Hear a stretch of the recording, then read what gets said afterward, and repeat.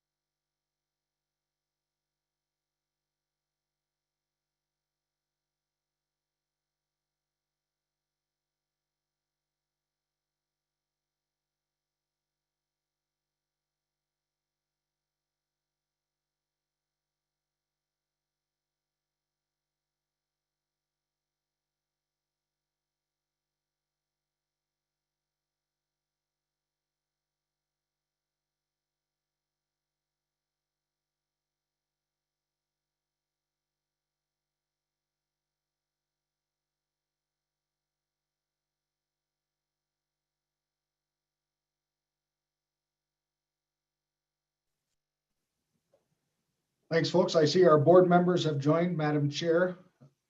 So you're here. We're just texting the legislators to make sure they can hop on with us. So can't hear you, Madam Chair.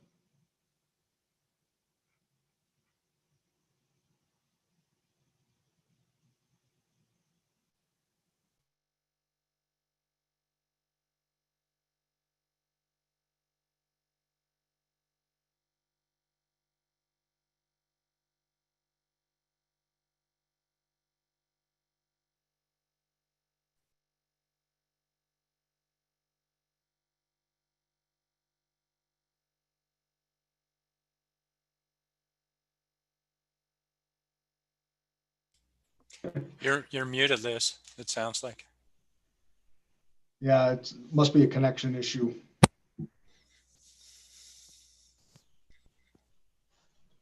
Hello? Hi, now we can hear you, Madam Chair. Okay, you can hear me now? Okay, I'm gonna try to put in the headset and then see if you can hear me again, okay? I don't know what's happening because I'm not muted.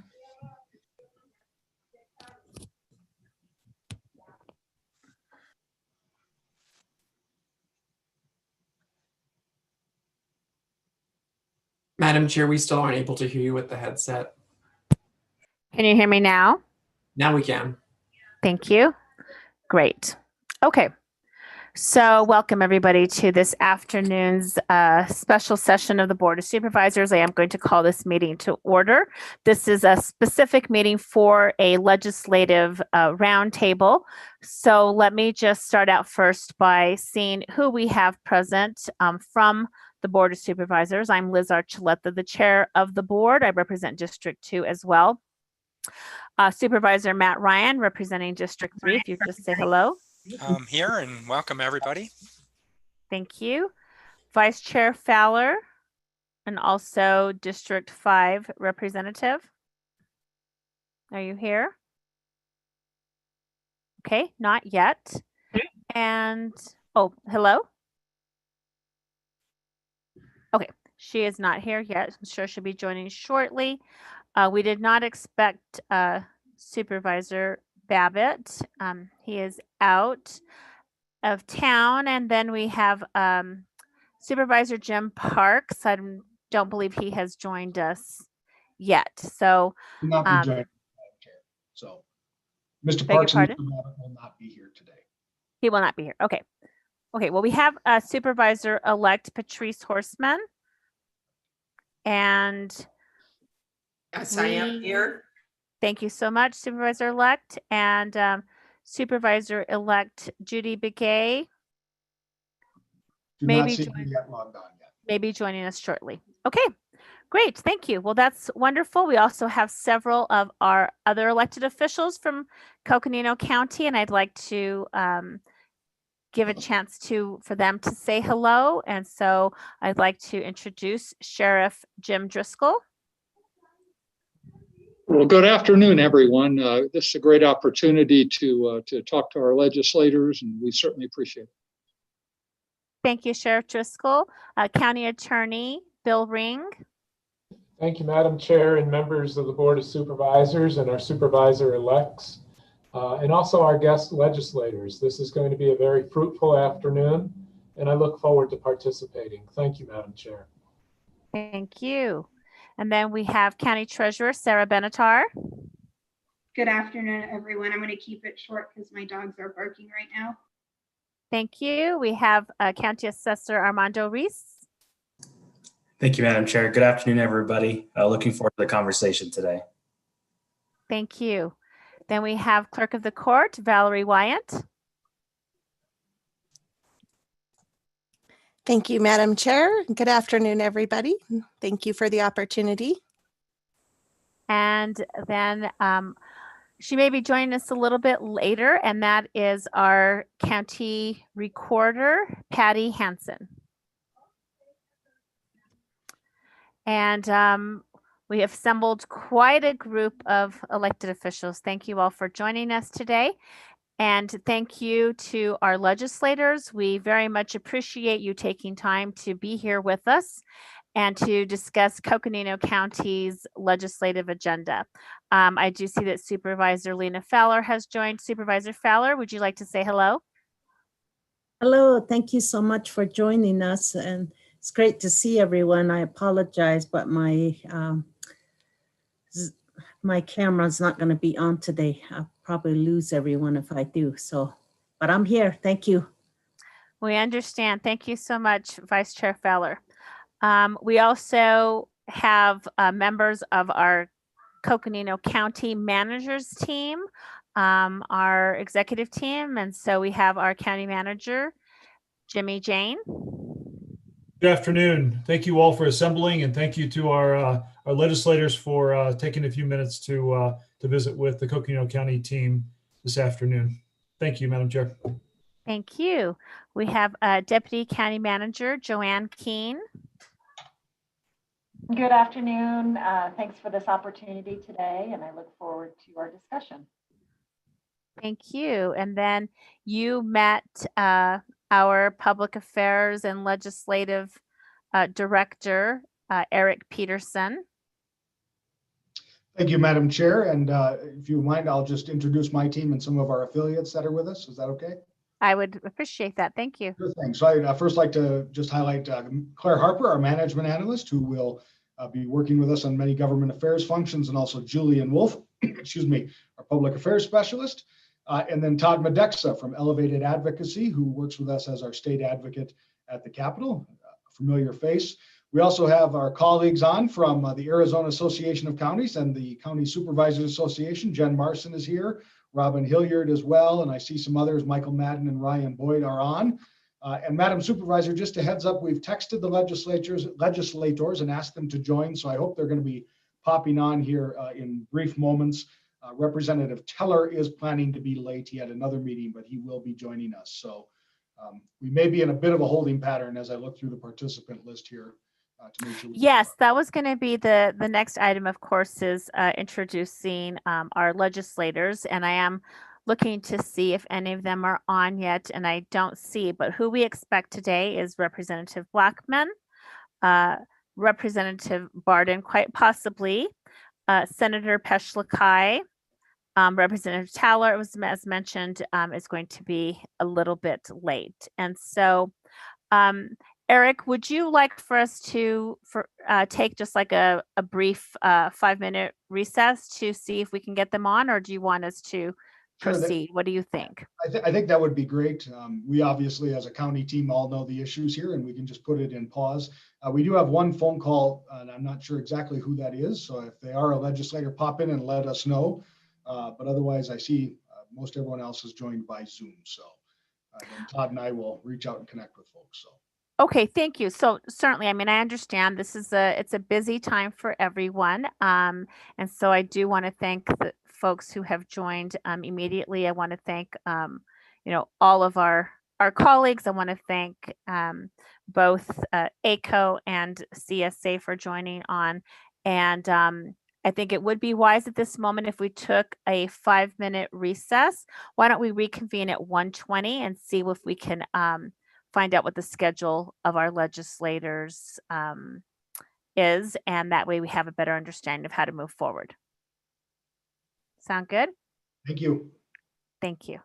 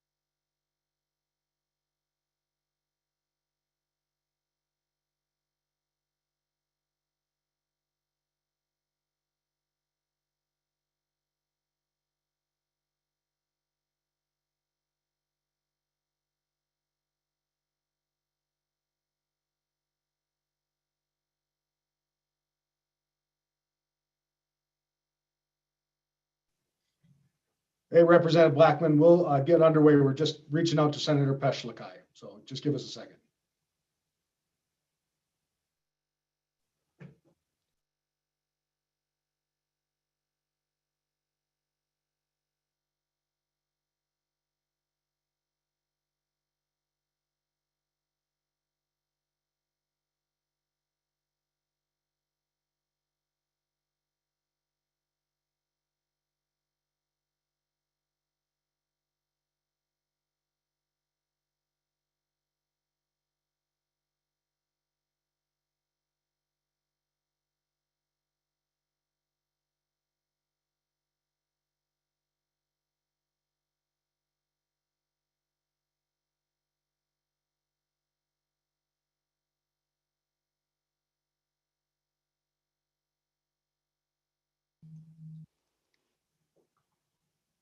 We'll be underway in 1 minute, Representative.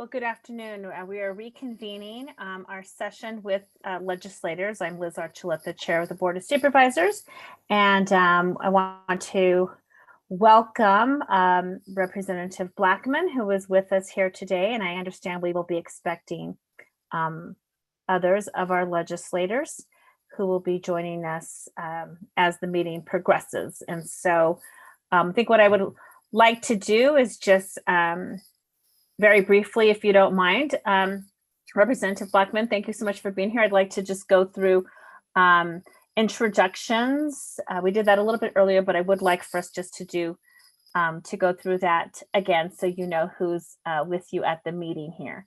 As I mentioned, I'm the Chair of the Board of Supervisors. I represent District 2. I'm on the board, and my name is Liz Archuleta. We have our Vice Chair, Lena Fowler. Hello, I'm Lena Fowler, Coconino County Supervisor for District 5. I apologize, but I'm not going to turn my camera on because I'll get disconnected. But thank you so much for joining us. Thank you so much, Vice Chair Fowler. Supervisor Ryan, representing District 3. Yes, welcome, Representative Blackman. You're nice and symmetrically placed with the legislative background. I see you have highlighted there. It looks really great. But really look forward to our conversations. And again, congratulations, and we look forward to working with you again. Thank you so much, Supervisor. And we have Supervisor-elect Patrice Horseman with us. Good afternoon. It's good to see you, Representative Blackman. And I'm Patrice Horseman. I am the Supervisor-elect for District 1. I look forward to working with you. And Supervisor-elect Judy Begay may be joining us a little bit later in the meeting. We also have Sheriff Jim Driscoll with us. Well, good afternoon, Representative Blackman. Looking forward to great conversations this year. Thanks. Thank you so much, Sheriff. We have County Attorney Bill Ring. Yes, Representative Blackman, it's good to see and hear from you again, and look forward to working with you this legislative session. Thank you, sir. Thank you so much, County Attorney Ring. We have County Treasurer Sarah Benatar. Good afternoon, Representative Blackman. It's good to see you again, and looking forward just to continue to work with you, and thank you for being here today. Thank you so much, County Treasurer. We have County Assessor Armando Reese. Good afternoon, Representative Blackman, Armando Reese, County Assessor. Good to see you again. Looking forward to working with all of you again this year. Thank you. We may have our county recorder, Patty Hansen, join us a little bit later in the meeting. I'd also like to introduce our county manager, Jimmy Jane. Good afternoon, Representative Blackman. Again, to all of you, thank you, Mr. Blackman, for taking a few minutes with the Coconino County team today. We appreciate your engagement with us and your partnership in representing the issues and the interest of your constituency and the greater Coconino County area. So thank you so much. And I'd like to introduce our elected official, who is the clerk of the court, Valerie Wyatt. Good afternoon, Representative Blackman. Very good to see you again. And I also wanted to congratulate you on your new committee that you are chairing this session. Thank you so much, Clerk of the Court Wyatt. We also like to introduce Deputy County Manager Joanne Keene. Good afternoon, Representative Blackman. It's good to see you. I look forward to the discussion today. Thanks for being with us. And I'd like to introduce Deputy County Manager Dr. Marie Peoples. Hi, good afternoon, everyone. Sorry, is my camera come on? I'm pleased to be here. Really look forward to the discussion. Thank you, Chair Archuleta. Thank you. And I'd like to turn it over to Eric Peterson, who I know, Representative, you know well, and he'll introduce the rest of the team as well as our partners. Eric? Well, Representative Blackman, welcome to the Coconino Choir. We're all here, as you can tell. So, but we have Julian Wolf and Claire Harper on my team joining us, as well as Todd Medexa, and then so many other great folks here in Coconino County. And I want to appreciate as well our CSA and ACO colleagues are also on the call in case there's any issues that do come up. So Ryan and Robin and Megan and Jen and I think Michael Madden is on. So all folks you know well, and also so you're aware, Senator Peschlakai will join us at some point here, Representative Teller, and we're just waiting on word if Representative-elect Barton is going to be joining us. So just want you to know that, Representative. So Madam Chair, I'll turn it back to you, and Representative, do you have any comments as well? So. Thank you so much. Well, I just want to thank all of our county elected officials for joining us today. As you can see, this is an important meeting. Everyone has assembled to be able to visit with our legislators. And so I want to thank you all for taking the time. I also want to thank ACO and CSA and all of our partners for joining us today. Representative Blackman, I'd like to turn it over to you to make any opening comments that you would like. And again, just want to thank you for your time. You're on mute, Representative. There we go. Can you hear me now? Yes, we can. It's like that telephone commercial. Can you hear me now? Can you hear me now? But first of all, thanks for allowing me to come here today and give you an update of what's ahead and in the House side of the legislative branch. And I appreciate all the work you've done for all the folks that are electees. I mean, you won your elections. Congratulations. Welcome to the suck. Yeah. And enjoy that. And I'm going to try to talk your treasurer into running for Arizona treasurer. So, yeah, she's doing an outstanding job down there in Coconino. And she leads the way in that capacity. So I am, and I know I'm putting her on blast right now. Okay. But I am dead serious. I'm going to talk to you about running for state treasurer. So Coconino, we may have to steal her from you. And then sounds good. We'd be there along with you for sure. Great. And then from our buddy Ring there, the Attorney General's office is coming open pretty soon too. All right. So I don't say these things lightly. I really mean them because you do have a great team. In Coconino, and it is always good to work with you, and it's always good to make sure that my azimuth stays north, and making sure we're doing the things that we need to do at the legislative and not hurting the county or Flagstaff, the biggest city that we have in LD6. So I look forward to engaging conversations, questions, or comments, and then we can move from there. So I don't know if we're going to be waiting for the other elected officials to get here, or we want to. He said do this. He said do that. He said do that. Well, keep the votes going, right, Representative? Keep it going. Oh yeah, that was LBJ. Right. Okay, so I'll talk to you about my agenda, and I'll start off with the one that I really hold dear. In Mr. Ring, we're talking about criminal justice reform. We've had a series of meetings this past off session about what we need to do for criminal justice reform.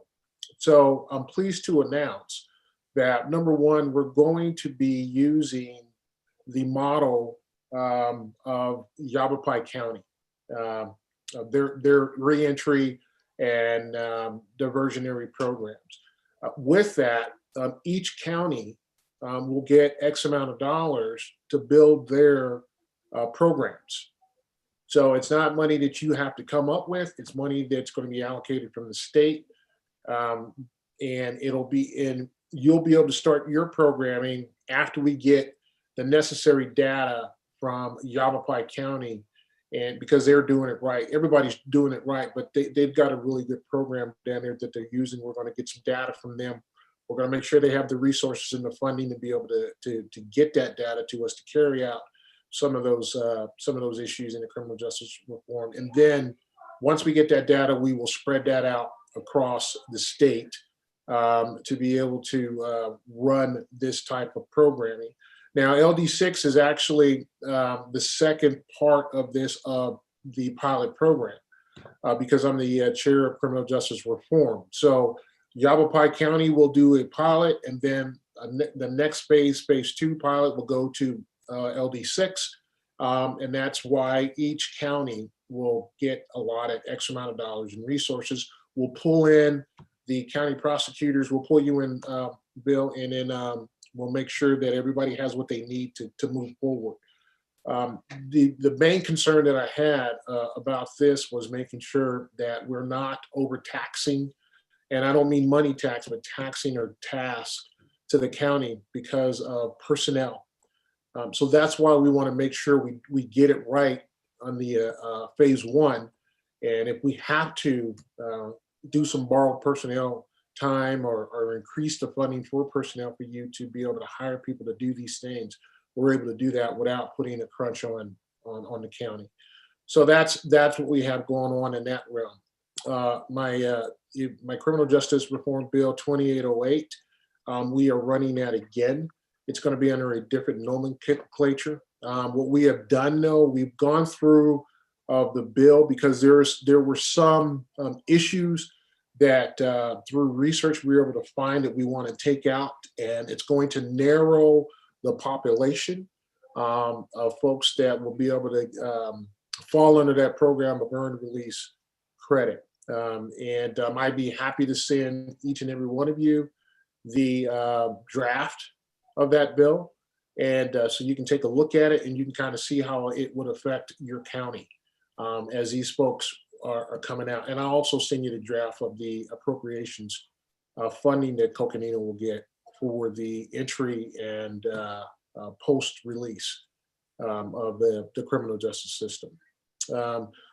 Also running a series of stakeholder meetings. We had one this morning about a statewide academy. Now, what that academy is a law enforcement leadership academy. And what it does is we've taken concepts from the FBI, the CIA, and the national, not national, but statewide agencies. We put them under one wheelhouse for career development for our police officers around the state. And it is a leadership development course for sergeants, lieutenants, and captains, and those personnel that are in the pipeline to be chiefs. Now, it drives more on community relations. Hi, Zita. Mommy. Where are you at? Mommy. Go ahead, keep going. Okay. I thought she was calling me. No, it's fine, you're fine. So it's more on the lines of, we know what's going on with policing across the country. We want to make sure we're ahead of some of this, like excessive use of force, unnecessary shootings, those types of issues that will be, they're in that wheelhouse. Now, with this academy, we've taken a piece called from an institution that's called DEOMI, that's Department of Defense Equal Opportunity Management Institute. And that institute is a 10-week course that just drills down on psychology, and how to deal with people, cultural difference. It's a course that I took, or institution I went to in 2010 while I was in the military. We're going to be working with that entity of the Department of Defense and bringing some of their curriculum into this wheelhouse, so officers have a better toolbox to be able to handle some of these issues. As you know, in criminal justice, when an officer first gets to a scene, they have 15 minutes, and that's data that's been tallied. 15 minutes to do a few things, to be that person's counselor, psychiatrist, mom, dad, friend, brother, what you have it, and to solve their problem at the very worst time in their life of that on the other side of that. But our officers aren't equipped with that. They have very minimum training at the rookie stage, at the academy stage, but there is no continuous training to help officers. Now, these officers that graduate from this academy institute will bring the subject back to their departments or units and do a teach the coach to their personnel. And as folks are able to obtain the rank of sergeant, lieutenant, and captain, and through the pipeline of chief, departments have the say to be able to say who's going to this programming or this institute. The funding, we are reaching into the pocket of federal government, and with the initiative that Senator Tim Scott is running for his national criminal justice reform, Act. So there's funding out there for states to create their own type of criminal justice reform. And then with that, we'll be reaching out. We'll be having a series of stakeholder meetings. Like I said, today we had our first one. Next week we'll have a follow-up. And the week after that, we'll be talking to all the chiefs. So the chief of Flagstaff and the sheriff, I think he's still on here. The sheriff of Flagstaff will be welcomed to these stakeholder meetings so they can take a look at the curriculum, the formation of this institute, to put their comments in, because those are the folks who are going to have to execute this at the ground level. Very excited about that, and I want to make it clear, this is not a national police force. It is a state academy leadership training for senior officers, sergeants, lieutenants, and captains. We want to get in front of the police issues that we're having across the country. And I just think it's important that we make sure that we get in front of this in Arizona. And that's one of the main initiatives that we're running. As a chairman for criminal justice reform, the guidance that I've given my staff is that I am not hearing any bills that go for defunding law enforcement or prosecutor's office. I am increasing funds to drug treatment programs, partnerships with the community, making sure that our departments have the resources that they need to operate and to be able to keep our community safe. So I wanted to tell you that, camera the face, because that's important that you know that. And I don't want to waste your time if somebody is thinking about writing a bill to defund any portion of law enforcement in Arizona and in the district. We're just going to make sure that we have the tools necessary so folks can do their jobs and we can keep communities safe, and we cut down on if any kind of police misconduct. We're also putting together a ombudsman bill. And what that does, it looks directly into the DOC program. As you know, there's a lot of issues with DOC because of COVID. And there is not an outside agency that can look into DOC to monitor, to make recommendations, and those recommendations go back to the House and the Senate to turn into legislation. That is a bill that is coming out of FAM, out of DC. A young lady named Miss Gill is working that with me, and that bill will be dropped. And it's a panel that will conduct unannounced inspections into DOC, all facilities of DOCs. It will not monitor county jails because our sheriffs are doing what they're supposed to do. The only thing that we will add to the county programs, the county jails, is the resources that they need to assess that inmate when they come into the program, when they first reach their first stop in the county jail. So those departments can put those folks in the right places. If it's a mental health issue, the sheriff can determine based on an assessment that this person needs to go the mental health track rather than the criminal track. I'll give you an example. Outside my window at the Capitol, there was a lady that took off her top and she was screaming. Somebody called 911, and when 911 came, it was the police. And since she's already violated an ordinance of being nude in public, instead of them looking at the mental health side, she was placed under booking through the city police and through the county.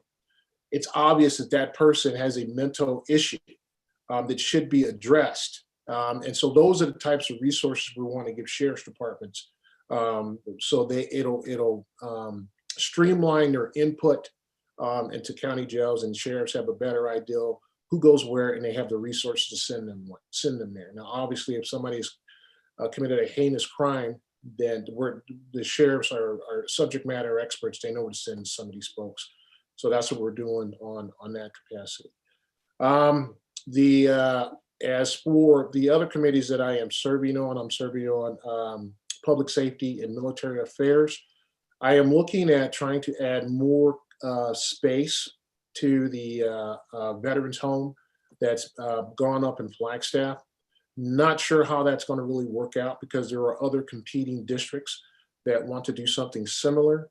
If I can't get extra bed space or extra add-ons for that community or for that hospital, then we'll try to find funding so they can do in-house improvements because right now we have an increase of veterans that are needing those types of facilities from folks that have fought. We have a very few amount that fought in World War II. We've got significant amount from Korea. Vietnam is our biggest block. And then of course, Desert Storm, Iraqi Freedom, and OIF, Operation Enduring Freedom veterans that are coming home or getting out of the military that need that type of help. Also looking at increasing the number of counselors, veterans counselors across the state. Right now, there are not enough to facilitate the needs for the growing increase of veterans that are getting out of the service and those who need that help and their families.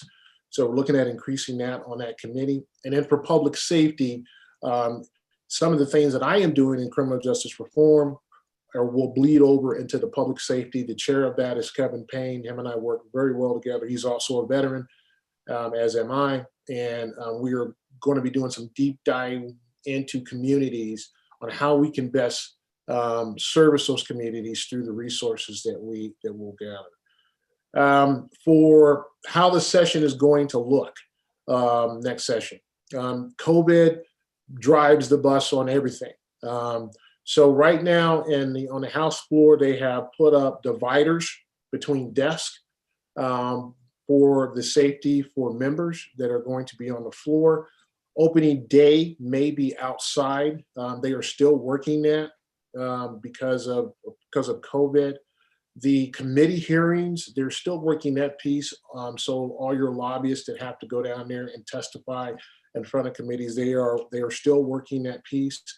I will tell you that the speaker and his staff are working tirelessly to try to mitigate the spread of COVID during the session, but also allowing public access to those places so folks can see them.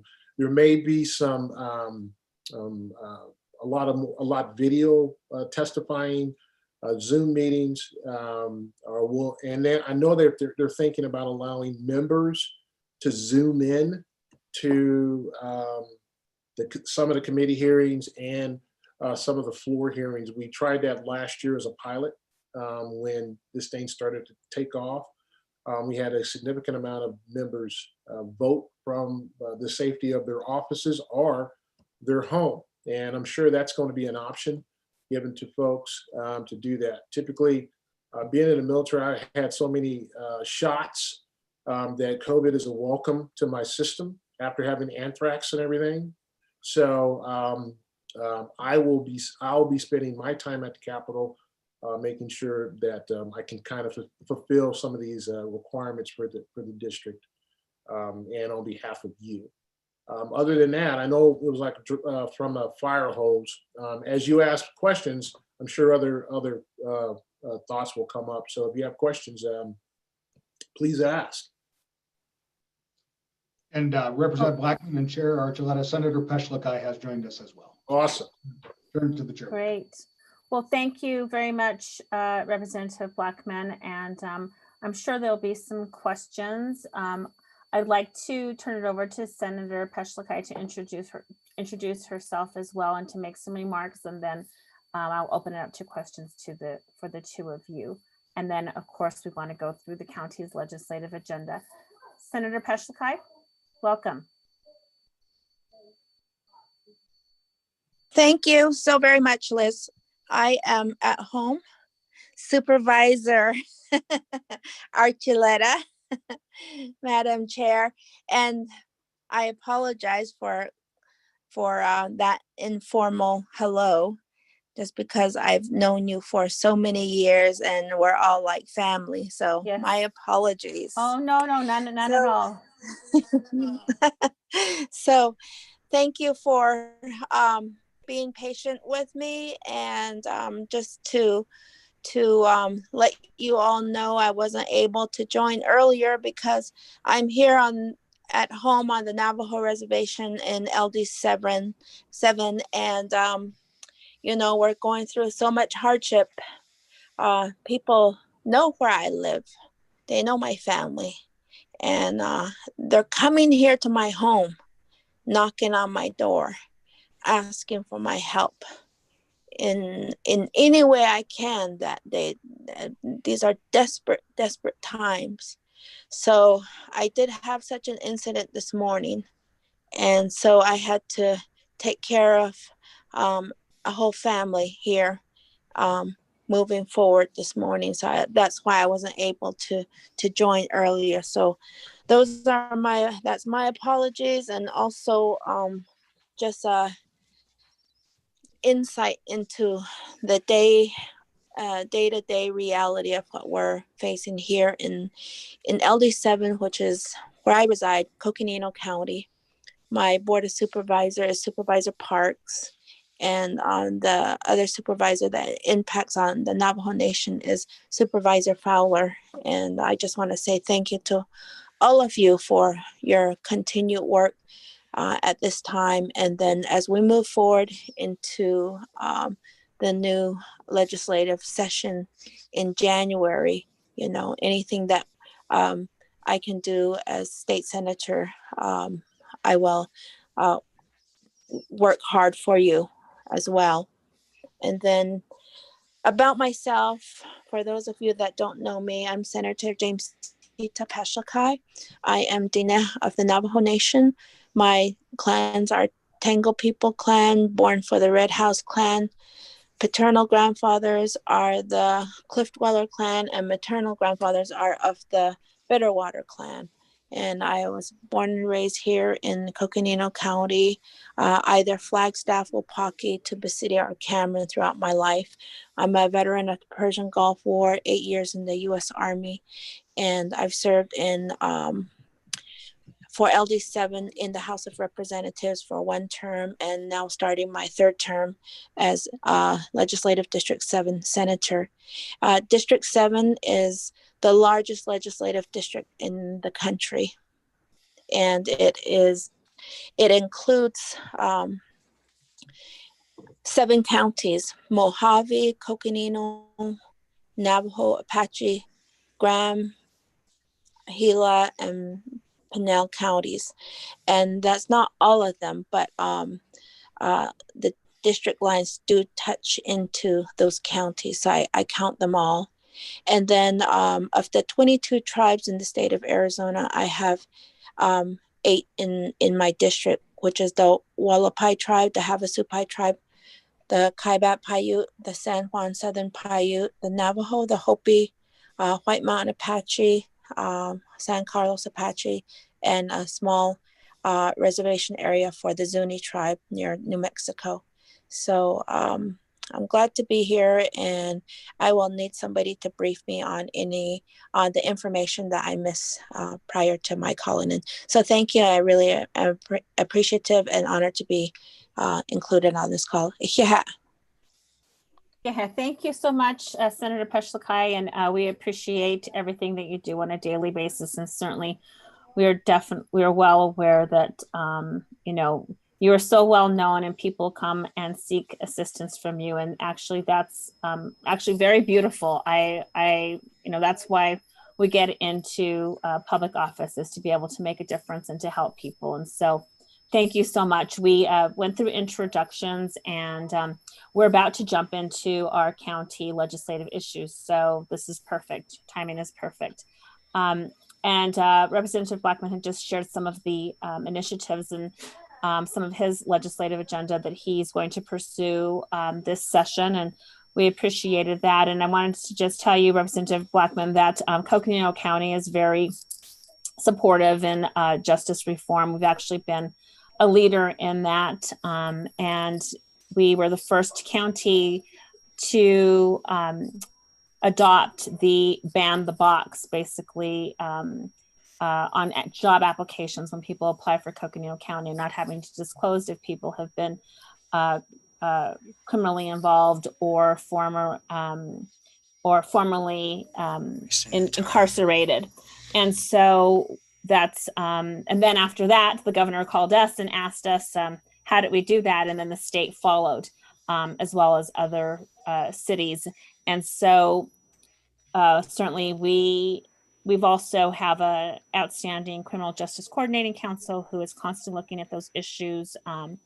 We were very interested, of course, in the former Chief Justice's 64 recommendations that he had in the report regarding what could be done to address these issues. And so really excited to be able to see the proposed legislation and see how that impacts our county, and see if we can support that. And so really appreciate you taking leadership in that. That's something that I'm as one supervisor, I know all my colleagues are very supportive of, but certainly I've been championing that for our county for quite a few years now. So I'm very, very excited to hear that. Let me see if there are questions for Representative Blackman, and then we'll jump into our county legislative agenda.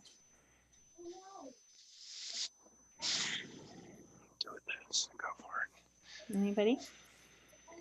Okay.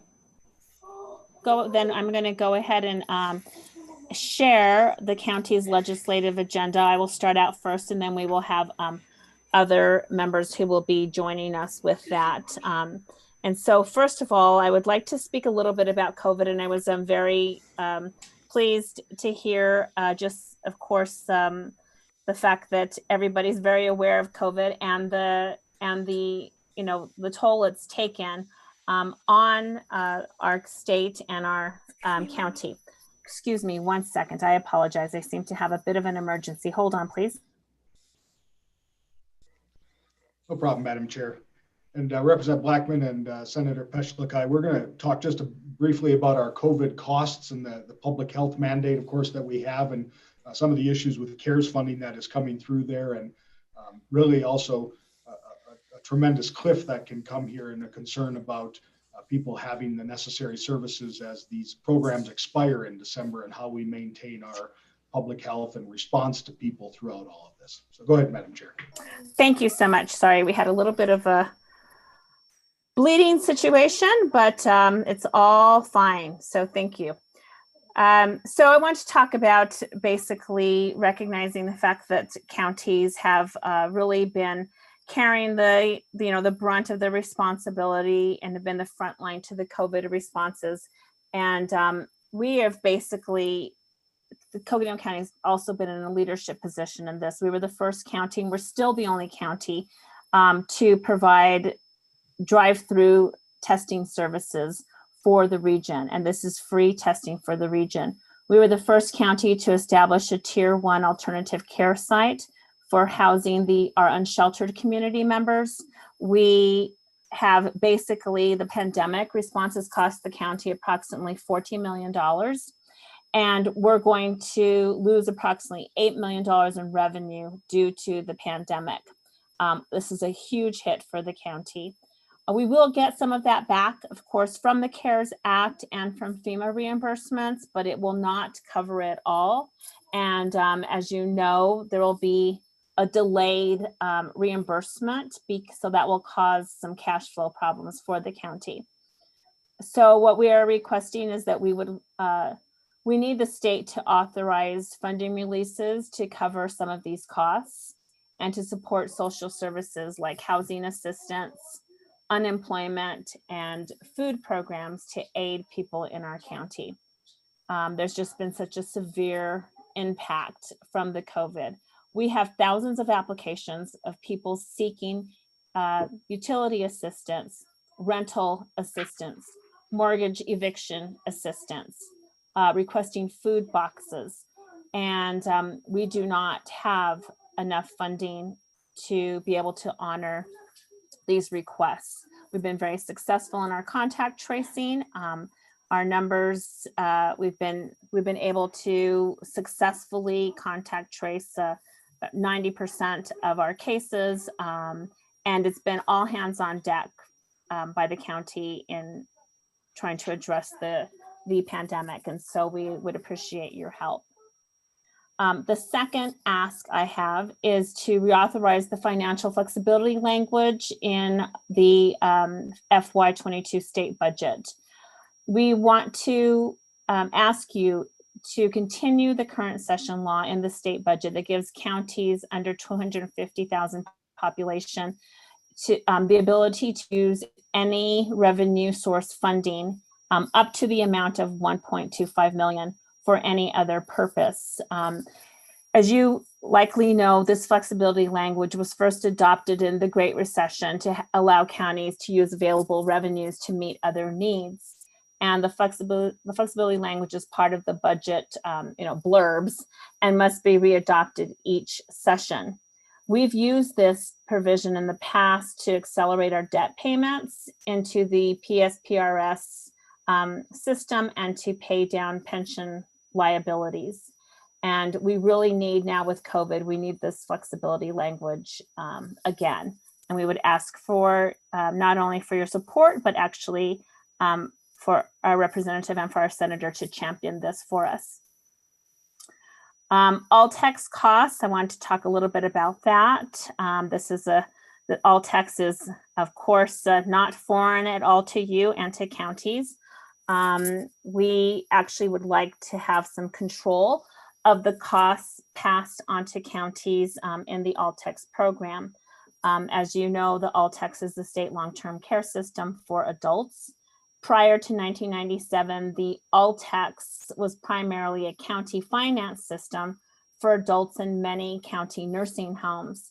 What happened in 1997 is the state assumed the program, but required a county contribution for the service. So currently counties pay 55% of the cost of the all-text program. And the program growth is accelerating due to enrollment increases. As we see more and more senior citizens enter the program, we see this acceleration. And this is very consistent with the elder population that's migrating to Arizona. So between the fiscal year 19 and fiscal year 21, just in 3 fiscal years, our county bill, our invoice that we pay, went up over 14%. This represents a $37 million hit to county taxpayers. So, I mean, imagine that in 3 years, basically a $37 million hit to our county taxpayers. It will take 20% of our county's primary property tax collections just to cover the cost of the mandated all-text payment in fiscal year 21. And the issue is that there's no cap or containment structure in place to control the growth of this program or our county increases. So, imagine we just get a bill every year, no cap, no cost containment. So the County Supervisors Association and our county, we are asking you to figure out some kind of cost containment for this program. We would like to know what to expect to pay as opposed to just being handed a bill and say, pay this. We certainly, agree that, reasonable growth of 2 or 3%, which is like the revenue growth the county is allowed by the state. A reasonable growth of 2 or 3%, but when you're faced with a 14% increase, that's unmanageable. So basically double digits in the all-text is not sustainable by our county or any county. So those are a couple of the items that I wanted to bring to your attention. I know Supervisor Ryan is going to speak to some others, but I'll just go ahead and stop there for a moment before I turn it over to him to see if we can answer any questions about those 3 requests: the COVID, the flexibility language, and the all-text containment. Madam Chair. Yes, Representative. Really quick before you jump over, is there a way you can send that those wants to us so we have the exact language and we'll know exactly what we need to do? Yes, absolutely. We'd be happy to. Eric, would you like to respond to that to see how quickly we can get that out? Representative Blackman, we will. I sent the guidebook around earlier today in your email. That has some general information. We'll get the very specific points over to you immediately to all the legislators. Yeah. Okay, great. Thank you very much, Representative and Senator. And I'd like to turn it over to Supervisor Ryan to speak to the next issues. Supervisor Ryan? Actually, I'm going to try and swing. Eric put together a little bit of agenda piece, so he has Treasurer Benatar hopping up next on this one. It's okay. You can go ahead, Supervisor Ryan. You can go after. Okay, so I'll roll with this. All right, sounds good. And again, I didn't have a chance to welcome Senator Peshlikai, but welcome. Always appreciate all that you do and working together with you. And so for both Representative Blackman and Senator Peshlikai, another issue that we brought, we almost got to the end line last year, was a discussion. This is one more specific to short-term rentals, and you know, we'll watch the priorities and where they are. But we have Assessor Armando Ruiz on. We were looking at when short-term rentals came in. There are communities. Sedona is a great example. Where by default you have operations that are truly commercial. They're basically hotels functioning in residential communities. And so we actually came up with a compromise language that seemed like it was going to roll all the way through last year on tax equity. But I'll turn it over to Assessor Armando Ruiz to give a little bit more background on that. Thank you, Supervisor Ryan and representatives. So yes, this is the short-term vacation rental bill is being introduced again as a joint effort between ACO and CSA. It deals primarily with the inequity on how secondary properties used for short-term vacation rentals are classified for tax purposes. So in current statutes, short-term vacation rentals can be classified as either residential or commercial, but the statutes don't specifically lay out when they should be classified as commercial. So what we're seeing, as Supervisor Ryan was saying, is that we're seeing a loophole for businesses like motels and hotels, investor-owned groups who would normally operate in a commercial space to shift into the short-term vacation rental game to be assessed at a lower rate. But we do have these mini hotels who are being operated in neighborhoods, and they're being inequitably classified in comparison to other types of transient type operations, such as hotels, motels, non-owner used timeshares, and some of our large bed and breakfast operations. And so our short-term vacation rental bill doesn't regulate, it doesn't prohibit short-term vacation rentals. All it does is creates a threshold for when a property can be classified from residential to commercial operations. So just creating an equity within the property classification system within our current statutes. And Assessor, if I can hop in, Representative Blackman, Senator Peshlikai, this was Senate Bill 1490 last year, came through the Senate bipartisan fashion from Mr. Mesnard. But again, it doesn't raise taxes. It's net neutral, no impact. You know, we don't get any more money, but you're seeing workforce housing, homes available for workers being bought for Airbnbs. Investors own these. You know, these are not owner occupied homes is what we're talking about. We're talking about the third, fourth, fifth, sixth home, you know, that is in the community. That is a commercial entity. It's just like a law firm that buys a house to use. It's a commercial entity now.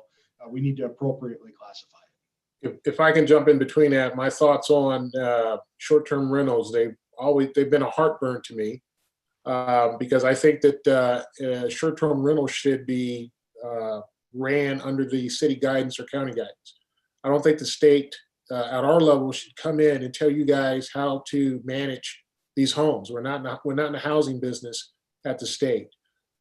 So the bills that I've seen come across my desk concerning short-term rentals, I'm always asking that question: why are we not sending this down to the counties and the cities to manage this? Because you know best what you need in your cities, not us sitting up there in Phoenix.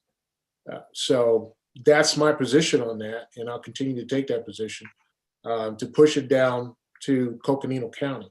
So I'll do whatever I can do to help, I guess. I know Supervisor Ryan's going to pop in. Representative, thank you for that.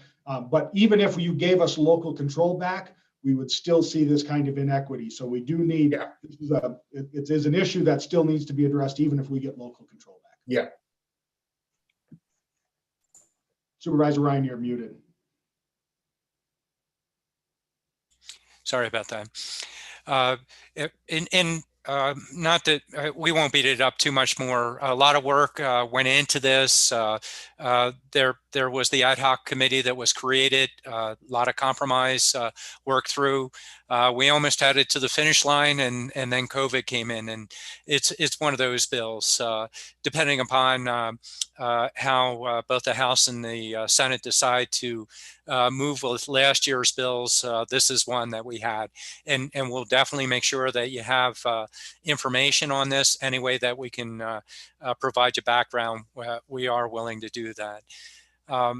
And Eric, I want to reach out to you because you put a schedule together and we can hop around on it, or I can cover the pieces I have. Mr. Ryan, if it's okay, why don't we move past transportation just for a second, and we'll get the treasurer. Yeah, Matt, Supervisor Ryan, if you just finish your entire part, that would be great, and then I'll turn it over to the next person. Okay, that sounds good. So one that's a common issue that I'm sure you're well aware of. You do a lot of driving in these roads around here, and you know, I've been working on various committees, particularly for rural Arizona. Once Maricopa County and Pima County passed their sales tax for their areas, we don't have a consistent way of overall funding for the state system, let alone our own systems. We're dependent upon the gasoline taxes or fees that date back to the early 90s. Buying power has gone away. And so we have a lot of issues that we need to work through. There will be the COVID piece that is a priority, but a part of our economy, part of our infrastructure investment. It's really important that we start to look at that again. In terms of priorities that we place at the county level, as well as with our COGS and our MPOs, particularly in the rural areas, would be number one.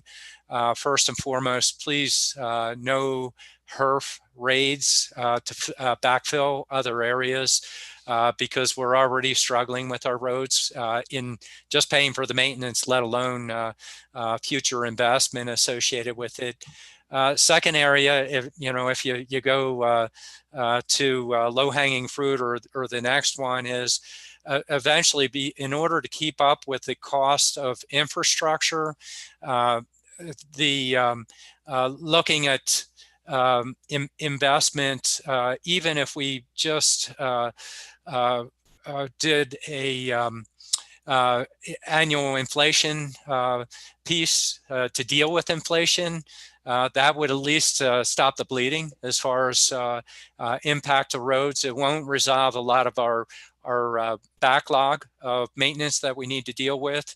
Another one would be parity. A lot of the trucking firms are shifting to using natural gas. They definitely have impact on the roads. There were a lot of discussions last year that brought the stakeholders together to start to agree on what would make sense associated with parity, associated with them. And then long term, we most certainly need to solve the issue of if the current gasoline fees are not paying for the maintenance of our facilities, we need to come up with another investment formula to help us with that. Backlog is in the billions of dollars, whether you're looking at the state system or at the counties. We had our engineers take a look at what our backlog is, and for a 5-year period, it amounts to about $2 billion. So we definitely, for the sake of our economy, if we're delivering goods, we're moving goods, let alone our traveling public, these are areas that we haven't attended to for close to 25 years now, even more than that. Thank you.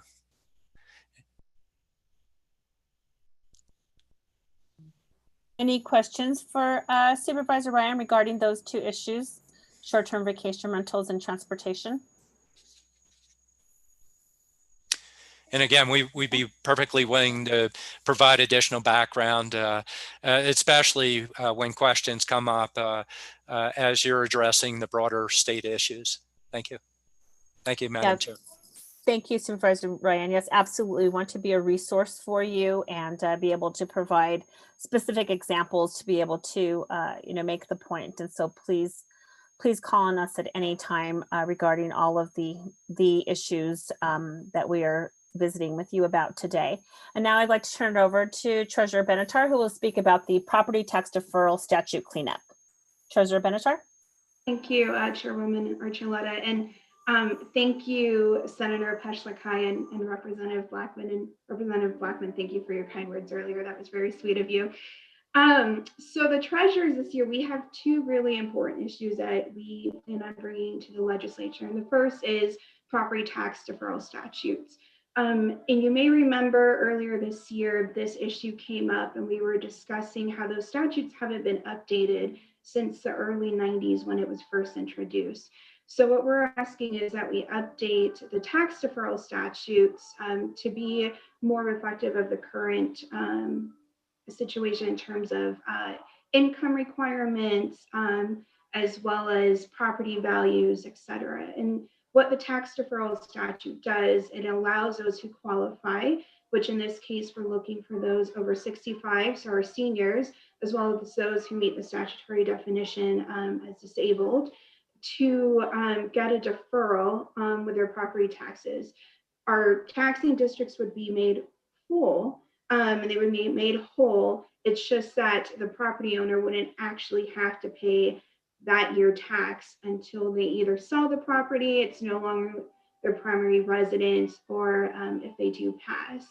So it's a win-win for the districts. It's great for our seniors and our disabled community. And so we're just looking to update that, especially with COVID and the current economic situation. We think that that would be really beneficial to our constituents. The second issue has to do, and it's really stemming from Transwestern Pipeline. And that is, has been a big issue for several years now. So Transwestern Pipeline appealed their valuation. They are considered centrally assessed, which means the Arizona Department of Revenue, not the county assessors, values their property. They go through 7 counties. So Coconino, Navajo, Apache, Yavapai, Mojave, Pinal, and Maricopa County. With the most recent appeal, it stems from tax year 2016 to tax year 2020. Coconino County's portion of the refund is over $4 million. We have the biggest bulk of it, followed by, I believe, Mojave County and then Yavapai County. What's so unfortunate of it is through those years, our districts have to repay that money. And that's a lot of money if you think about it. So for us, we have one school district that their repayment is over $1.8 million. Other districts impacted are the Williams Hospital District. We have a fire district, the community college, and of course the county and the county special districts, which includes the library district and the public health district.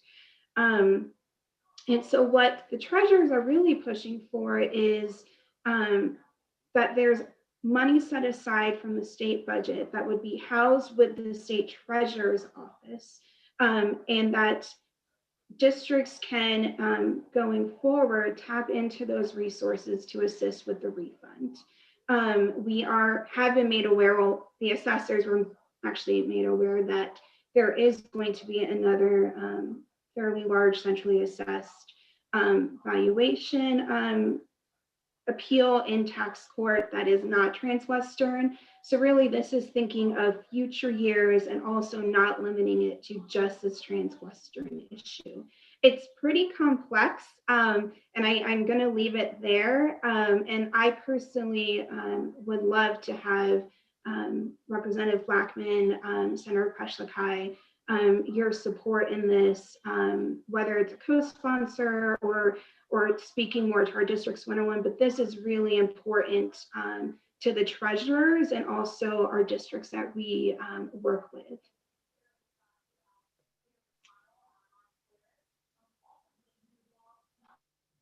Thank you, Treasurer Benatar. Any questions for Treasurer Benatar about those issues? This is Senator Peschlakai. Yes, I Senator. just wanted to, thank you. I just wanted to say thank you. And I know this has been an issue that had come up previously, and we heard it in one of our committees, I think was in the Natural Resource Committee in the Senate. And my question is, if the valuation of that area, the property, what is the state's evaluation very different from what it would be if the county was in charge of determining that valuation? So I will let Assessor Ruiz maybe answer that a little bit better, but this is an area that the Arizona Department of Revenue is responsible for, and I will let our assessor go more into those details. Thank you. Assessor Ruiz, did you want to answer that? Thank you. Sure. Thank you, Madam Chair. Senator Peschlakai. Great question. The purpose of it being centrally valued property is because it is property that spans over multiple counties. And so that's what makes centrally valued property unique, and the reason why the Department of Revenue has a central valuation source to do that work. So the Department of Revenue uses statutory guidelines and formula methods to actually value those properties. So it would be very difficult for a local assessor to value that property of a company that spans over large portions of the state. Okay, thank you very much. I'll probably need a bit more information moving forward on this, but of course I'm very happy to work with what is needed to be done so that our districts don't have to incur and pay back monies. I know that is a real hardship for everybody at this time. And so I appreciate your work on it. And I'd like to possibly do a meeting for not just myself, but also for our other legislators, specifically on this one topic, so that we know what we're going, what our goal is, and then also moving forward if there's any specific questions in committee. So, and I know that our legislators, there's only Representative Blackman and myself in on this call, but I think it's important enough that we need to get another meeting to brief the other legislators that aren't able to make it to this call, so that we're all on one page moving forward. Thank you. Thank you, Senator Peschlakai. We'll make sure that we reach out, and Ryan Boyd, who is with the Arizona Association of Counties, he is the lead staff member with ACO who's assisting with this. So I will make sure that between us and we'll invite the treasurers from the other counties as well who are impacted to it. If you could do this for me, if you can send me any kind of initial draft language that you have to close some of these loopholes per the conversation and remarks that you're talking about, we can go ahead and start to see if we can get some packets open, some folders open while we are conducting these additional conversations and fix these things as we are going along instead of doing a long series of meetings and then we don't get anything done this year. So send that that initial language so we can start working on some of this and plug in some of these holes. I would like to do that if that's you could work that out for me. Absolutely, Representative Blackman, and thank you so much for you and also Senator Pesh-Lakai. This means a lot to us. Thank you. Thank you, and thank you, Representative Blackman, for that. Yeah. Thank you, Treasurer Benatar. I'd now like to turn this over to some time for our county assessor, Mr. Armando Reese, who will speak about individual property tax exemptions. Thank you, Madam Chair.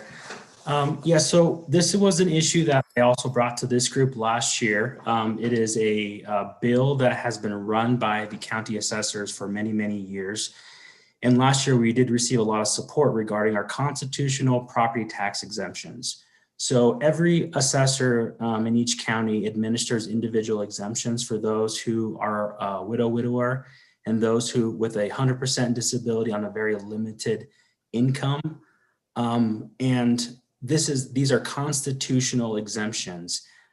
Currently on the books, there is some language that it is outdated in a sense. And so the assessors have proposed a bill to clean up that language. In addition to cleaning up that language, we are also looking at the ability to include veterans as part of this disability exemption for those who are less than 100% disabled to be included in these programs as well. And so again, this is some of the outcome of some of the partnership and conversations that we've had at the legislature for many, many years. Last year, we did have a lot of support and it was moving through the process quite quickly. And so our hope is that we can continue to see that support this upcoming legislative session so we can get this passed. Last year, this was SCR 1043. So again, looking for your continued support on this bill.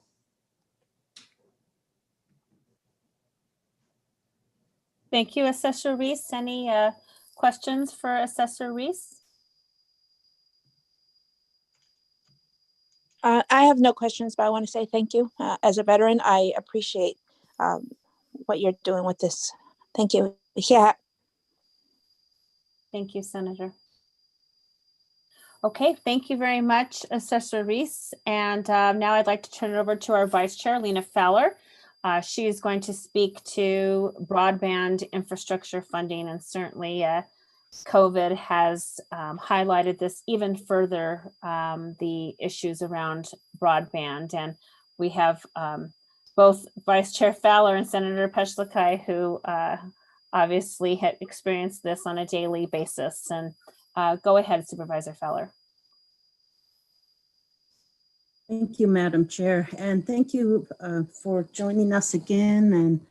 And I just want to, and we all are very aware of this subject, and even more throughout Arizona with with this pandemic, we really are in need of improving our broadband infrastructure, high-speed internet infrastructure. Broadband is the foundation of the economic development and global competitiveness, and access to education and healthcare. We really learned about that. This just really highlighted our schools are really struggling. Healthcare with the people not being able to come in, the telehealth is so important. And so the inadequacy of the broadband access has really impeded the economic development and left rural businesses. You know, before the pandemic, we already knew businesses could barely do do transaction, it's even more, it really came out this time with the role and with the students, the citizens, and they're not they're competitively disadvantaged. We must increase the first mile and middle mile infrastructure across Arizona, expand access and increase investment in regional planning. Coconino County, what we see is about 19,000 underserved households, accounting for over 44 people. It's probably more than that, with a lack of high-speed internet. And that translates to an annual loss of $36,000 in annual e-commerce revenue in Coconino County due to the lack of high-speed internet. Coconino County was awarded $50,000 from the Arizona Commerce Authority, and our county IT director and team there did a feasibility study, and it verified again just the need for high-speed internet connectivity in the underserved areas of northern corridor of Arizona.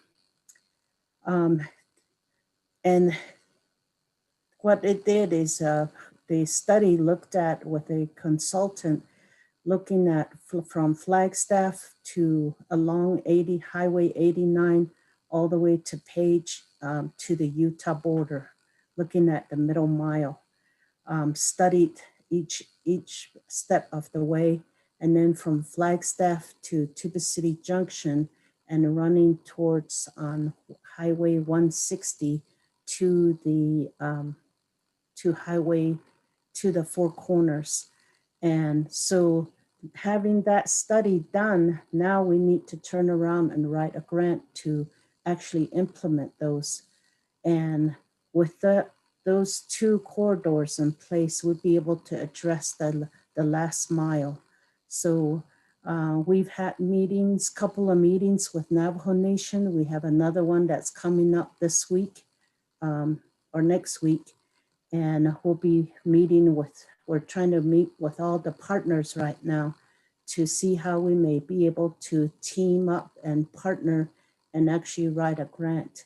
And we need the support of our state legislators to really complete this and to really support broadband infrastructure throughout Arizona, but particularly in our region here. We're the second largest county in the country, yet we're one of the most rural counties in the country. And we work with, try to work with all the tribes. They have a different jurisdiction. They have their own jurisdiction. However, we all need to work together to be able to serve all citizens of Arizona. So I just really want to emphasize the importance of it. I know you're well aware of it. But we have a feasibility study that we have just completed. So just want to bring that out and bring that to your attention. So thank you. Can I ask the Senator a question, please? Oh, please go ahead, Representative. Senator Peschel, thanks for being here. While you were talking about that, I just came up with an idea. If all three of us ask for an appropriations during our small budget meetings, $3 million, we can get it started with $9 million. So if we all ask for an appropriation for what you're saying to get it started for $3 million, that's 9, and that will get it off the ground and started. That's an ideal. I'm prepared to do that if you are.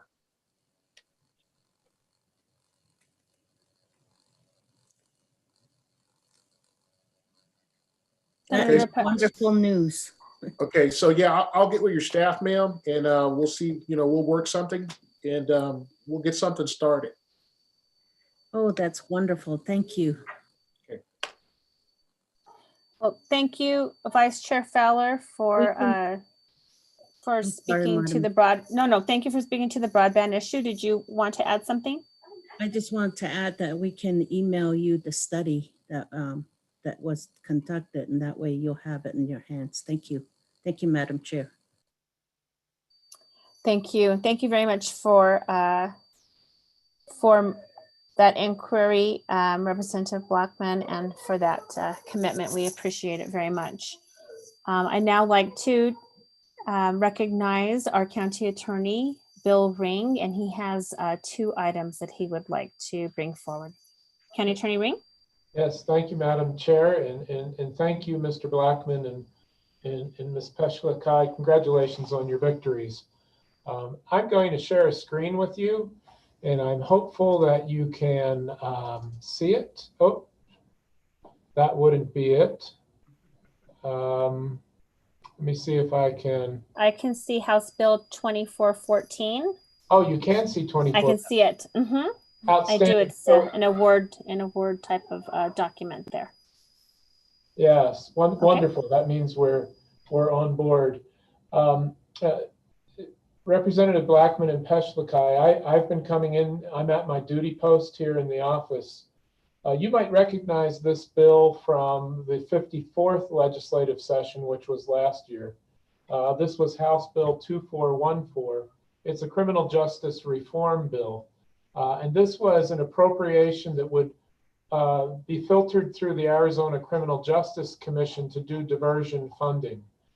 This bill got down to like the 5-yard line, as all the other bills did before COVID put an end to the session. This is an appropriations bill. It's a bill that is an A priority bill for ACO. The board of directors at ACO approved this as an A priority.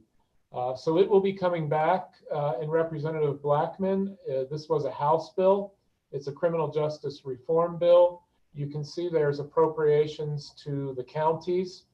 We figured out a reasonable appropriation formula.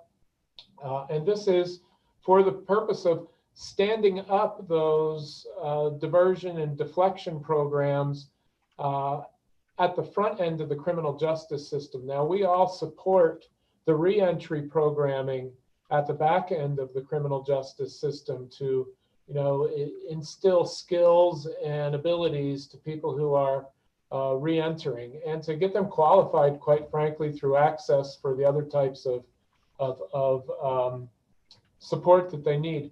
This bill is designed at the front end to deflect and defer individuals from becoming criminal justice involved. And I wanted to show you yet another slide. We've created a fact sheet here in Coconino County in support of this bill. I will get both of these to you, or we'll get them to you through ACO. In any case, it analyzes our incarceration rates here in Coconino County.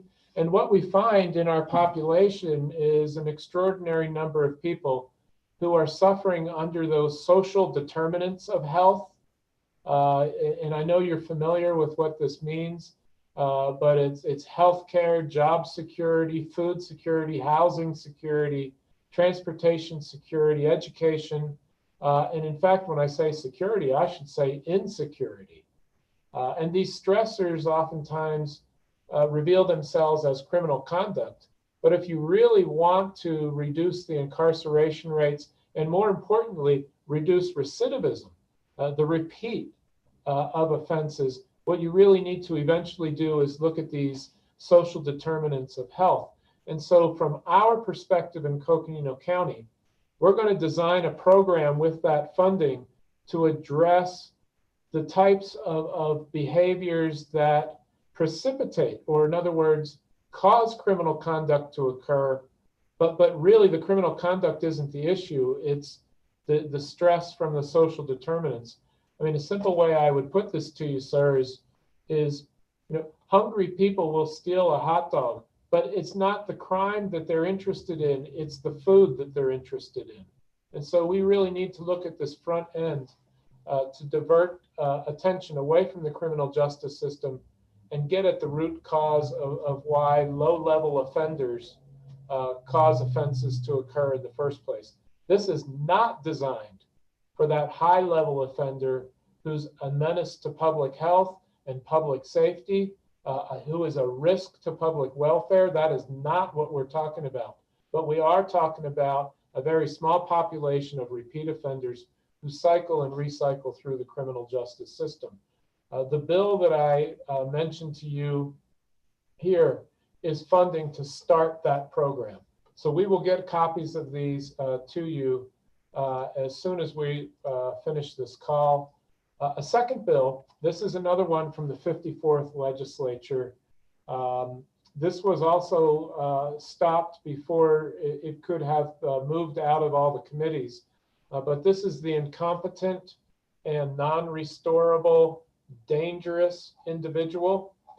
In our criminal justice system, there are persons who commit offenses. Because of their mental disabilities, they are incompetent to stand trial. They can't help themselves and they can't help their attorney to mount a defense.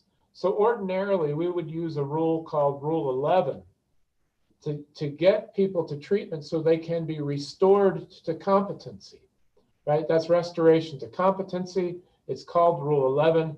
It's a very big charge to the counties. And it's a drain on the criminal justice system. But the fact of the matter is, after a period of time, there are a class of individuals who cannot be restored to health. So they're incompetent and they're non-restorable, but they're also dangerous. Not every person who's incompetent and non-restorable has committed a dangerous offense. But we do have examples from the various counties of some really gruesome crimes that are committed and recommitted by people. AK-47s in a schoolyard, shooting up a school, slashing a person's throat. We're dealing with one right now that's developing where we've had a repeat sexual assault, a rape with strangulation. So you can imagine that these are the types of heinous crimes for which we need public protection for public safety reasons. The gap that we've got is that when a person is incompetent and non-restorable, they get released back into the community. And we can't have that happen. So this bill is designed to fill that gap. It creates a due process method of a civil commitment to a state mental health facility. And we can talk more about that when we meet. But this was the bill from last session. It was a House bill, 2581. It'll be coming back. Let me just introduce you, Representative Blackman, to a third bill. I won't spend any time on it. This is the Class 6 open designation. Remember this bill? This is the one where when a person is, felony or misdemeanor, it should be designated as misdemeanor for really practical purposes, so people can apply for jobs and resources. But this will be back on the agenda this year.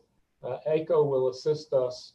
I really want to tell you that I look forward to working with both of you on behalf of the attorneys, on behalf of Coconino County as the county attorney. Any of those bills that made it to the 5-yard line last year, I've heard discussion that there may be a fast track. I've only heard discussion, but there may be a fast track for those bills that were moving through committees and got to the 5, and then the game lights, the lights went out on the stadium.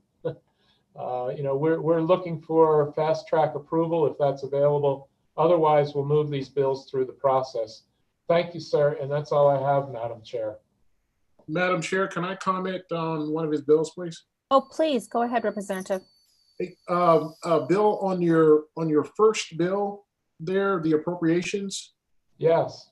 I think you were reading my mind because I already have a folder open on that, so we can work on that. This is one of the ones that I've already spoken to Speaker Bowers about to see if we can run that first through my committee. So what I'll do is I'll send you the draft it. It's the same bill. It's the same bill. I'll send you what I have, and then we'll just tweak it, and then we'll get it through our committee as soon as we can. Yep, I'll be your champion, sir. Okay. And then send me the other 2 bills so I can look at those too, please. Yeah, indeed. Thank you very much, and thank you for your time and attention. Okay. Thank you, County Attorney Ring. And now I'd like to turn it over to Sheriff Driscoll for he to visit with you about some of the items. Sheriff Driscoll. Okay, Madam Chair, thank you, and both Senator Peschlikai, Representative Blackman, certainly appreciate your being here today and listening to us. I want to just make a couple of comments more than needs, but the Representative Blackman, you talked about the leadership development that you were mentioning. What a great idea. I think having consistent training for those upper level people in law enforcement puts everybody on the same page. And I think that will go a long way to addressing issues with where there's community injustices or perceived racial related things as well. So I think being consistent is also very important. Regarding the ombudsman, that's pretty interesting. The COVID issue relating to the DOC inmates is not the same issue as we're having in the county jails. The county jails throughout Arizona are doing a pretty good job of managing COVID. We have it in our facilities, but we have minimal impacts in most of the counties. Right now, we have 3 active cases of COVID in our inmate population. We've had over 100 active cases, but those have since either been released or they have weathered the COVID. So we're managing things differently through a quarantine and isolation process in our jails. And again, that idea of working with DOC, I think is a great opportunity. County Attorney Bill Ring talked about the deflection and diversion, and I can't tell you how I support that. We have a lot of people who are in jail that don't need to be there. We have a number of people whose interests, whose needs, whose behaviors are not being addressed while they're sitting in jail. With COVID, we have suspended all of our programming in the jail. So we don't have our social services. We don't have our in-custody drug and alcohol 90-day treatment available. We don't have the programming that teaches people to read or teaches people to fill out job applications. None of that's in place. But many of those people, again, do not belong. And on low-level offenders, like County Attorney Bill Ring talked about, their needs, we're just warehousing many of those people and not accomplishing any change or reducing recidivism, because we become that revolving door. But as I look at the bills on deferred prosecution, we certainly agree with what you're doing, proposing, and along with the resources and the funding to go with it. We can ill afford to add a program that is going to require staffing without getting the financial support to do that. So that is making a huge difference to us. The last thing I'll mention is about the mental illness, mental health that County Attorney Ring talked about as well. About 40% or more of the people in our jail currently have mental health or mental illness issues. Some are what they call SMI, the seriously mentally ill, and we're not fixing them. Again, we warehouse them. And some are certainly incapable of understanding the magnitude of their alleged crime or being able to assist in their defense. And this is not the appropriate place. But we also have some low-level offenders. Bill talked about the person that steals the hot dog. Well, maybe they stole the hot dog because they're hungry, but they're also mentally ill. They go in day after day and steal a hot dog. But a lot of those people need other assistance. They need social services assistance. And by placing them in jail time after time, we're just delaying them receiving those services. We're not fixing anything. We're just kicking that can down the road again. and until they either commit a more serious crime, or they end up in trouble, or they end up beat up on the side of the road. But again, we support those efforts that you're making, and I certainly think that will make a huge difference in getting those people what they need, as well as reducing that population, reducing that recidivism that we currently have in the jail, and housing the more serious people that actually need to be there. So thank you both for all your efforts and your understanding. And I can tell you, we certainly agree from the Sheriff's Office standpoint with the efforts that you're taking. Thank you, Sheriff. And now I'd like to turn it over to our Clerk of the Court, Valerie Wyatt. Oh, excuse me. I think Senator Peschelkai may have had a question or a comment. Senator, go ahead. I just wanted to say thank you for that. Those are all great ideas and I support them. And then also I just dropped off the call due to technical difficulties. I had to log back in on a different device. And so I might have missed just a little bit, but I wanted to also give my support to the broadband initiatives that Superintendent Fowler mentioned. And I know that Representative Teller did have legislation in the 54th legislature. And I'm sure that we'll be able to work closely with him on those as well. But I do really applaud our county attorney's efforts on the legislation that he wants our support on. And I'm willing to help any way I can. Yeah. Thank you, Senator. And now I'd like to hand some time over to Clerk of the Court, Valerie Wyatt, who would like to speak to some issues. Clerk Wyatt. Thank you, Madam Chair. Good afternoon again. I am not going to take up too much time, but to extend my thanks to both of you for your leadership and advocacy. I know that Representative Blackman, you chaired one of our bills in the past in regards to digital repository with the Arizona State Library and Archives, and we saw success with that and just wanted to again extend our extreme thanks. And then here at the clerk's office, we're kind of the center of it all when it comes to anything justice related.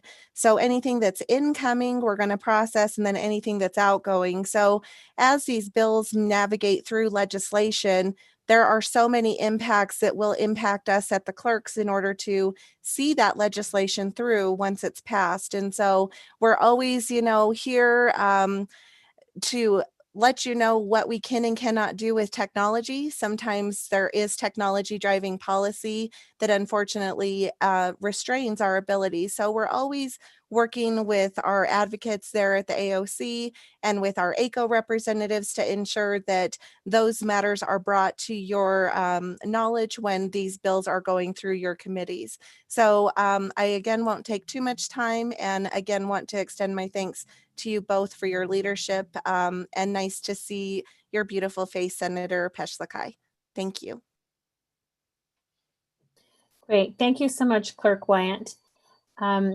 So that we are nearing the end of our program. And so I want to just now just have like maybe an open discussion, see if there's anything that anyone forgot to mention or would like to add to what they have already mentioned. Any questions for us, Representative Blackman, Senator Peschelkai, and then certainly want to hand some time over to the two of you to, make any closing remarks. Senator Peschelkai? Yes, thank you, Madam Chair. I just wanted to add for your information that I will be sponsoring a bill in the Senate regarding the county islands on tribal nations. We've had incidents on within tribal nations that are that prohibit alcohol on reservations, and we have had incidents of small county islands, private property that are retail establishments that have applied for liquor licenses when they're surrounded and within tribal nations. And my legislation that I want to move forward will be to prohibit that, because although the retail establishments do reside on county islands and they're private retail establishments, they do, their only customers are tribal nations. And once they set foot off the parking lot of these retail establishments, they are back on tribal lands, and therefore it is against the law to have alcohol or consume alcohol or sell alcohol. So I'll be working on that legislation so we don't have that continuing problem. And then also I did have a meeting this morning with lobbyists for the liquor industry here in the state of Arizona. And I don't see any challenges to that. It's pretty much common sense. So I just wanted to let the Board of Supervisors know that I will be moving that forward, and hope for your support as well.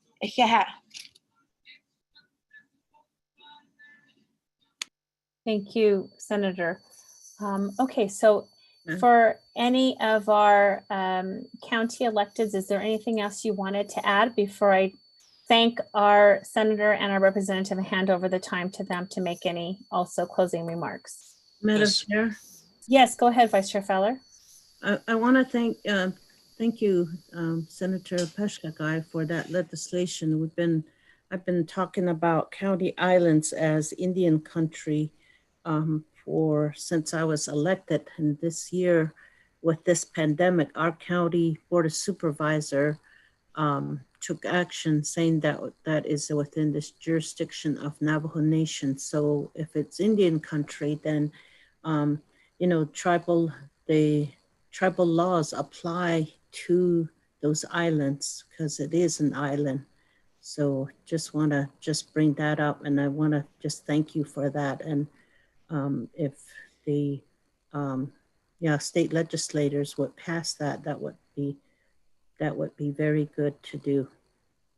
Really serve the citizens in these communities like ours here in Tuba City. I'm in Tuba City, so thank you.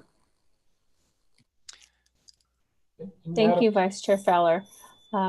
Yes, and I see Supervisor Ryan and also County Attorney Ring. And so County Attorney Ring, did you have a comment on this particular issue, or did you want to bring another item up? Not another item, Madam Chair, just a comment, and this is one that comes with great empathy for what you do, Representative Blackman and Senator Peshkakai. I know a lot of times people put a burden on your shoulders to solve a lot of problems, but we are here to help you. We're standing with you. We're behind you. We surround you with our support. You can ask us questions. I know you can ask the attorneys questions. You can ask the others on our team here. We work well together. We play well together. If you need to know something that you don't know, or if you need a contact that you don't have, if you're forming a stakeholder group and you want to vet ideas, do ask us, ask any of us. I'm committing myself to you in a personal pledge that I will do what's necessary to make you informed and aware so you can make a good decision. I think I'm speaking on behalf of the whole team, but we are here to see that you succeed. And so I want you to take that with you this evening, and I will get information to you as soon as I can. And I'm sure others, feel the same. Thank you, sir. And thank you, Senator Peshkakai. Thank you, County Attorney Ring. Supervisor Ryan? Thank you, Madam Chair. Yeah, what Bill was just saying was a piece of what I was going to speak to, but along that line, we have both ACO and County Supervisors Association out there, but anything specific to the county, we certainly want to, if you need information, we want to try and help you understand it and the impacts of what you might be working through. Just one little piece of note, a little aside. We're progressing on, we did a joint land use study around Camp Navajo and the Naval Observatory. I know both of you are truly interested in what we're doing with our military installations. When times get safer and we have the opportunity, we'd love to bring you up and show you some of the plans that we're just starting to initiate with those two facilities. Thank you again for coming, and please, we'd love to help you in any way. Appreciate what you do. Thank you, Supervisor Ryan. Any other county officials that would wish to say something? Madam Chair, if I just can. Yes. Go ahead. Oh, go ahead, Vice Chair Fowler. Sorry to interject, Eric. Did you want to go ahead? No, go ahead, Lena. Okay, thank you. Madam Chair, I'd just like to one more item I want to bring up is unemployment. Unemployment, and this is going to be an ongoing discussion. Unemployment needs to, the state needs to increase its unemployment benefits. I think if it's investigated, it would be really would help our citizens. People are struggling right now to access unemployment. Even food stamps they're struggling with. So we had a meeting this morning regarding it again. And it's just really, when you have pandemic going on and you get, just say you get the COVID, then you're out of work, then you can't access unemployment. It's just people are really struggling. So if we can really address unemployment and try to really try to help people, I think it would be really good. Thank you. Thank you so much, Supervisor Feller. And Madam Chair, may I give please some information on yes, that? Go ahead, Senator. Thank you. Thank you, Madam Chair. Thank you, Supervisor Fowler, for touching on the unemployment and pandemic unemployment issue. With right now, currently, one of the main things that that constituents are contacting me about is unemployment, and the fact that the unemployment office is moving the goal line, so to speak, continuously through as we live through this pandemic. Right now, one of the main things that our constituents are contacting me about is the fact that they have brought in a third-party entity, which is called ID Me, and they're asking people to verify their documentation and to make sure that they are who they say they are. And this is because the Department of Unemployment is stating that there is a lot of fraud in the system. But at the same time, when we're living in districts, rural Arizona, that have no broadband and very limited technology, and then 5-hour wait time to verify to speak to somebody, that is an ongoing issue. And right now, I have committed myself to make sure that we do get monies to families that are in some cases starving. And I've gone across the reservation. Even last night, driving through the district, I saw a lot of homes where I know the electricity should be on and they're dark. And that is very, very worrisome. And so I want to let you know that I am working on that.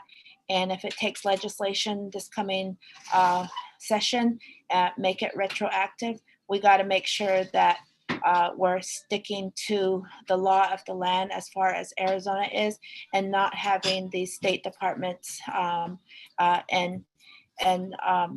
government moving the goal line mid-game.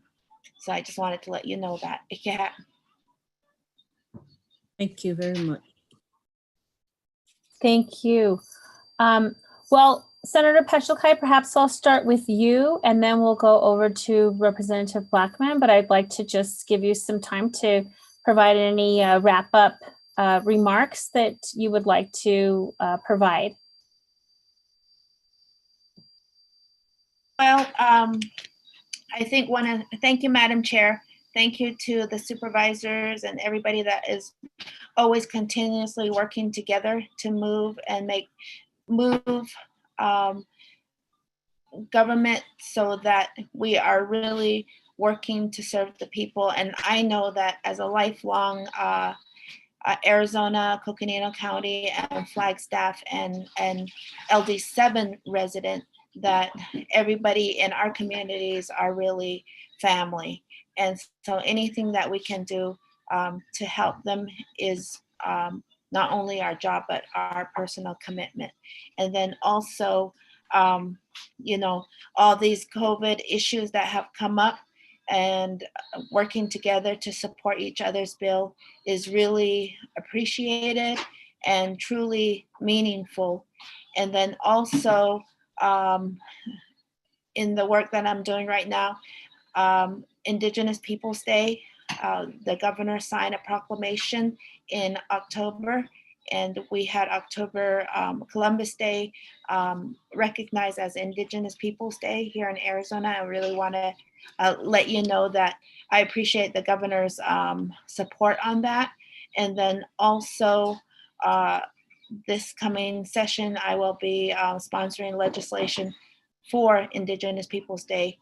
And then also for the Navajo Code Talker Day, which was actually recognized and proclaimed Navajo Code Talker Day back during the President Reagan administration, and was not recognized in the state of Arizona or at the state level. But it's pretty much understood that it's Navajo Code Talker Day. And I will be sponsoring that legislation for August 14th of every year. But in the years since that was enacted, we have understood that other tribes did have code talkers. And in Arizona, we had Hopi code talkers. And I'll be sponsoring a legislation that calls for Native American Code Talker Day or Indigenous Code Talker Day, and that is in the works. Just the exact language is very delicate situation for all of us.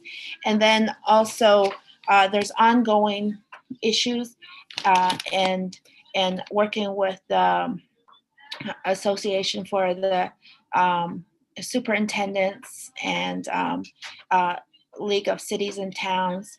I appreciate the fact that all these things are set up and worked in a way that we all support each other. And I know one thing that is coming up in coming years is the redistricting of our districts, and where the lines will fall. We don't know what they are, but I hope that we're able to continue to work together and able to come up with district lines that are agreeable or at least in some way acceptable to all of us. And I just want to say thank you to each of you. I know each of you not only as a local leader, but as a great personal friend, and I support and I want to make sure that you are successful as well in the work that you do. And I really appreciate all that you do. So I just want to say that. And of course, my door is always open. I'm a member of the Commerce Authority, not Commerce Authority, Commerce Committee this coming session, as well as higher ed and transportation. So the issues that that you touched on, Supervisor Ryan, I am familiar with and will support my counties and you as elected officials all that I can. Yeah. We appreciate that. Thank you very much, Senator. Representative Blackman? Yes, Madam Chair, thanks for hosting this meeting. It was great. And I appreciate you inviting me here. Senator Peschlakai, thanks for the information. I look forward to working with you on the internet appropriations that we can get for the county and LD6. I think that's going to be great. Hey, Bill, I want to thank you for lending that hand of support that you guys are going to be on our team to be able to help out. And with that, if I could get point of contacts for everybody on one sheet, it makes it a lot easier for me to reach out to you and help you out. And I'm not sure if Senator Peschlakai is still on here, but I'd like to help her round up some votes from the Republican side on the bills that she is running, particularly the Navajo Talker bill and her first bill she was talking about. I'll see if I can rustle up some votes on my side of the aisle. Those are good bills. And I appreciate the visit to going out to the Army base, but I don't know about the senator, but I don't want to be kept out there. I already did my time. So make sure I can come back. All right. If you try to hand me a uniform, pass out or something like that. I understood. Yeah. They might recruit you, right? Yeah, I don't know about the senator. The senator may still have to do that, but I don't know. Well, I'm a Marine asking the Army to go on an Army base here, so. Well, yeah. Well, that's why I'm going to ask the senator to go first. She's going to do the recon. If she doesn't come out, then I know I'm not going there. All right. Well, if they require me to do a push-up or a sit-up, I might not be eligible at all. I'm on your team. I can't even do that, so don't even worry about it. I'm on your team, so we'll make our own team. And then for Sheriff Dresco, I had my assistant send you the white paper of the Leadership Academy. That should be in your inbox now. And I would really like to thank you, Senator, on the unemployment issue and anything that I can do to help rustle up votes, co-sign some of those initiatives that you're running. I'd be happy to do that because that is the big issue up here, and I'm glad that you brought that to the folks' attention. So. Other than that, thank you. Merry Christmas. And I look forward to a COVID-safe environment, if that makes any sense. It absolutely does. And thank you. And thank you for your support all along the way, both Senator Peschlakai and Representative Blackman. And you've been, touched bases with us throughout the year here in 2020. And been really getting your, having a pulse on what we're doing in Coconino County. And we very much appreciate that. We too look forward to a COVID-free 2021. I can assure you that Coconino County will do its part to make sure that that does happen. We are already seamlessly transferring over to vaccines, getting ready for that. We've been strong advocates for our county residents, and we really want to thank you for just being by our side and going through this next legislative session with Coconino County in mind. We appreciate you very much. We look forward to you championing some of our requests, and we wish you also very happy holidays, Merry Christmas, and looking forward to a brand new year where all of us hopefully at some point can get back to seeing each other in person. That's the part that we miss most, is being able to have these type of legislative roundtables in person and being able to shake your hands and to thank you properly. But for now, we hope that you'll have a good break before you hit the ground running with the legislative session. Thank you so much for your time today. Thank you. Great. Thank you. Thank you very much. Yeah. Thank you. Have a great holiday. Thank you. You too. Thank you. Thank you, everyone. Thank you. Our meeting is adjourned.